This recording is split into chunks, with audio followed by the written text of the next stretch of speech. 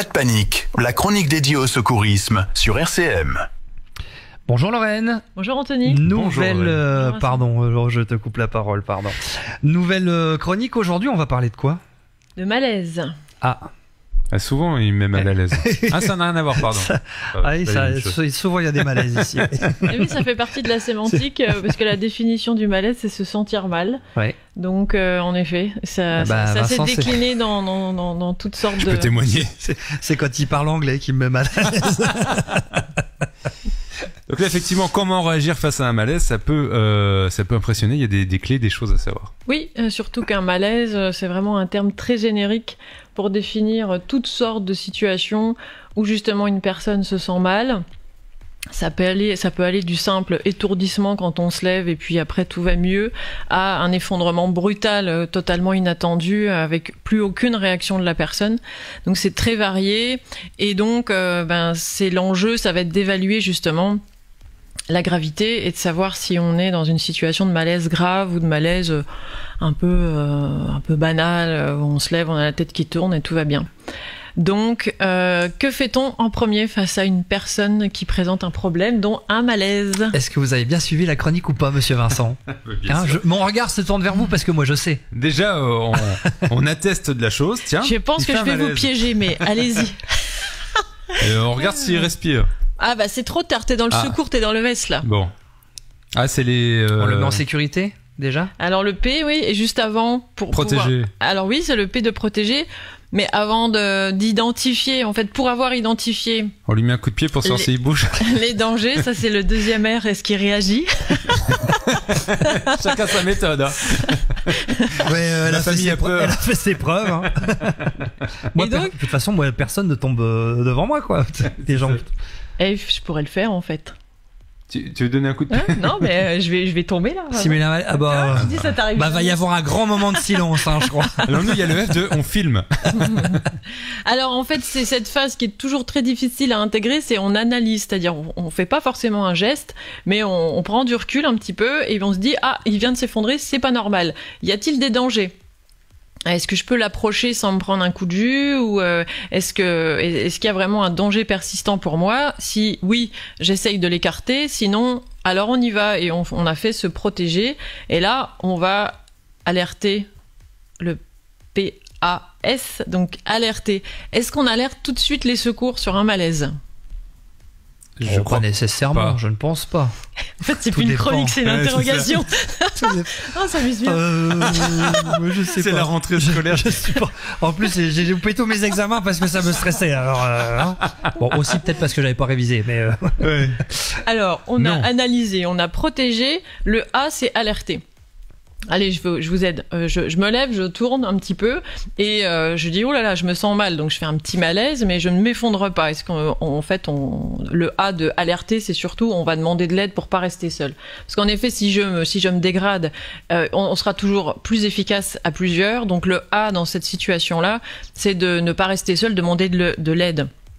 Alerter quelqu'un dans son entourage. En revanche, si la victime s'effondre brutalement et il n'y a plus de son, plus d'image, de manière vraiment très brutale, là on appelle ça sur le plan médical une syncope et c'est quand même tout de suite plus grave et là je pense qu'il ne faut pas trop attendre pour composer le 112 touche verte et donner l'alerte cette fois-ci directement au secours. Et ensuite on peut passer au S du secourir. Sécuriser. Secourir. Alors secourir. J'y arriverai pas. On a déjà sécurisé, t'as pas suivi. On a protégé. Quand on protège, on sécurise. Bon, d'accord. C'est ça. Hein, voilà. Oui, c'est ça. Moi, j'écoute. Exactement. Tu vois. Ouais. Voilà. Bon élève quand il veut, lui. Oui, donc là, en fait, si c'est là où il faut être très rassuré, c'était dans une situation où je me lève, j'ai la tête qui tourne et on va me secourir, ça va être reste assise, repose-toi, je prends un verre d'eau, etc. Ouais, souvent c'est ça. Prends un sucre. Les gens, c'est avec un peu de Ricless. Mais si on n'a pas de Ricless, ça fait comment? Mais si vraiment je me suis complètement effondrée et que je suis complètement inanimée, au 112, quelqu'un va me guider, si je me souviens plus de cette règle des 3 R, pour porter secours à quelqu'un qui a fait un malaise et qui a perdu connaissance. Et donc cette règle des 3 R, c'est est-ce que la personne répond, réagit et respire, qui va vraiment permettre d'évaluer cette gravité.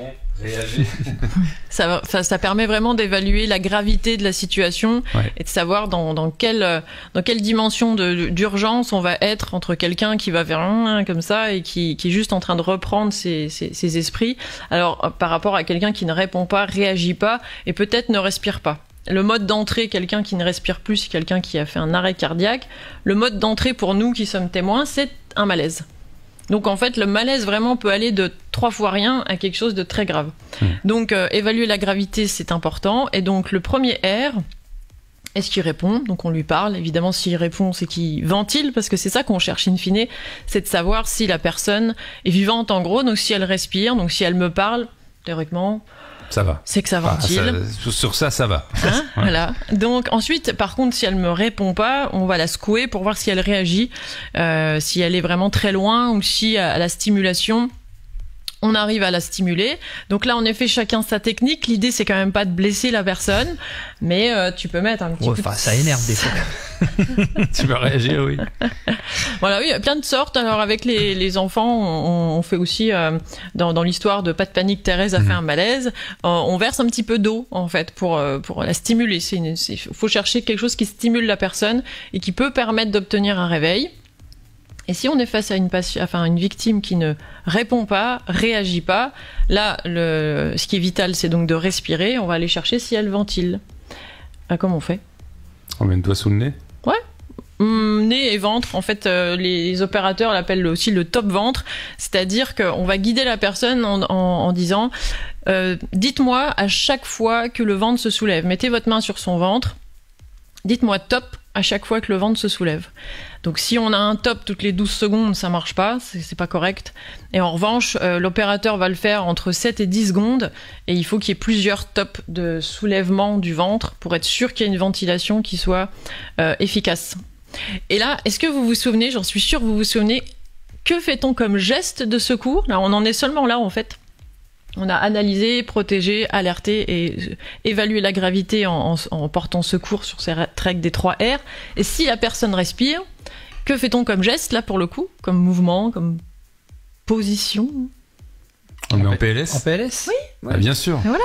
Et moi, je suis en train de me dire que tous les matins au réveil, il y a au moins 2 R. Je peux comprendre que les gens soient paniqués autour de moi quand ils me voient dormir. Sans déconner. Hein. Parce que les 2 premiers R, déjà, ça réagit pas et mais tous les matins, ça répond pas. Ton entourage vérifie que tu respires, en fait. Ah bah moi, Par contre, il réagit, ça, c'est au bout d'un moment, il réagit. Donc PLS, position latérale de sécurité. Tout à fait. Et pourquoi on fait ça? Et pour pas qu'il s'étouffe avec sa langue. Exactement, et pour pas qu'il... Alors il y a ça, et puis il y a le fait d'envisager de potentiellement avoir aussi des remontées gastriques qui remontent, et il vaut mieux que ça sorte vers l'extérieur que ça remonte et que ça reparte dans les poumons, parce que ça crée vraiment des grosses détresses respiratoires quelques heures ou quelques jours après. Est-ce qu'il y a un côté préférable par contre? Moi je me demandais. Alors il y a juste chez la femme enceinte. D'accord. Voilà. Mais sinon, c'est peu importe, c'est comme on peut. Parce qu'au niveau de l'estomac, il n'y a pas un clapet qui vaut mieux être d'un côté plutôt que de l'autre, non? Non, c'est pas... Bien tenté. Non, mais j'avais vu un sujet là-dessus. Il va déjà être temps de conclure cette chronique. Déjà. Alors on va y revenir parce qu'on a beaucoup de choses à dire. Oui, sur le malaise, on fera une seconde chronique sur le malaise pour aborder cette partie pédagogique qui concerne les enfants, à savoir est-ce qu'on peut transmettre les premiers gestes de secours en cas de malaise aux enfants. Parfait. À la semaine prochaine. Merci, bonne journée.